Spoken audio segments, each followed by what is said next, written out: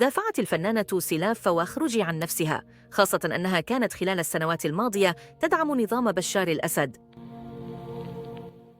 وعقب أحداث سوريا الأخيرة تعرضت لهجوم، وكتب سلاف فواخرجي عبر حسابها على فيسبوك: تعلمت أن أتصالح مع كل مرحلة مهما كانت عمرية، فكرية، إنتاجية صحيحة كانت خاطئة، لأنها كلها أنا وأنا، لم تتنكر لأنايا يوما، لم أدع يوما أني على الحق بالمطلق، لأنه لا يوجد إنسان مهما علت مرتبته على الحق دائما.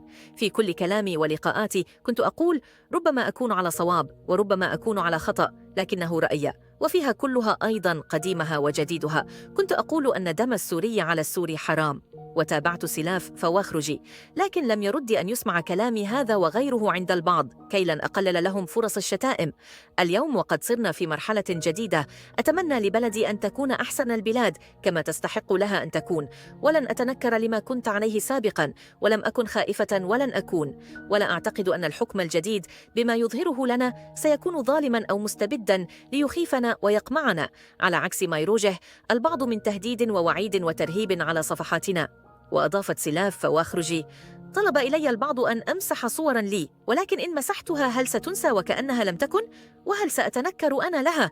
إنها مرحلة من تاريخ سوريا شئنا أم أبينا، بإيجابياتها وسلبياتها، وتاريخنا معها. احترم كل لحظة مضت، وسأحترم كل لحظة جديدة في حياة جديدة لبلدي. أتمنى كل المنى أن تكون قادرة على نهضة سوريا، وبناء على طلب الأصدقاء من الطرفين سأمسح بعضها، لكن الصور منتشرة وموجودة، ولأن تاريخ أي منا لا نستطيع محوه متى شئنا أو طلب إلينا.